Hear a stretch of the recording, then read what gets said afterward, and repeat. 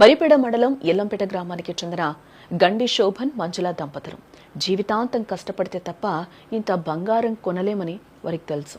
అందుకే పైసా పైసా కూడబెట్టి ఎంతో ముచ్చటపడి 4.5 తులాల బంగారం 3 తులాల వెండి ఆభరణాలను చేయించారు. రేపు నర్సంపేటలో జరగబోయే తమ మనవరాలి బర్త్డే ఫంక్షన్కు వెళ్లాలని, ఆ చిన్నారి మెడలో తాము చేయించిన నగలను వేసి మురిసిపోవాలని వాళ్ళు భావించారు.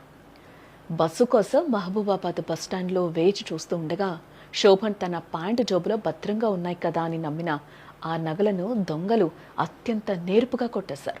సుమారు 7 లక్షల రూపాయల ఆస్తి మాయమవడంతో వారి గుండొక్కసారిగా ఆగినంత పనైపోయింది. నా మనవరాలకి గిఫ్ట్ ఇవ్వాలని తెచ్చాను నాయన, ఏ పాపం చేశామని మాకు ఈ శిక్ష అంటూ ఆ దంపతులు ఏడుస్తుంటే ఆ దృశ్యం చూసిన స్థానికులు సైతం అక్కడ చలించిపోయారని చెప్పుకోవచ్చు.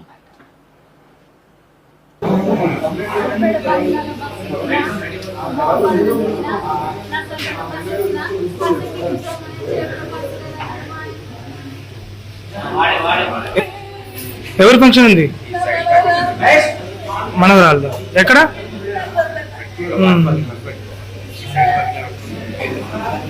ఎన్ని గంటలకు ఎక్కిలు బస్సు మీరు? 4 గంటలకు ఎక్కి